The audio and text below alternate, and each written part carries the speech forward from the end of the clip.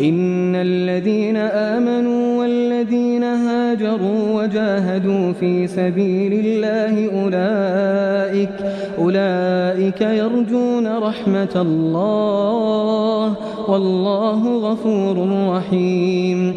يسألونك عن الخمر والميسر قل فيهما إثم كبير ومنافع للناس وإثمهما أكبر من نفعهما ويسألونك ماذا ينفقون قل العفو كذلك يبين الله لكم الآيات لعلكم تتفكرون في الدنيا والآخرة.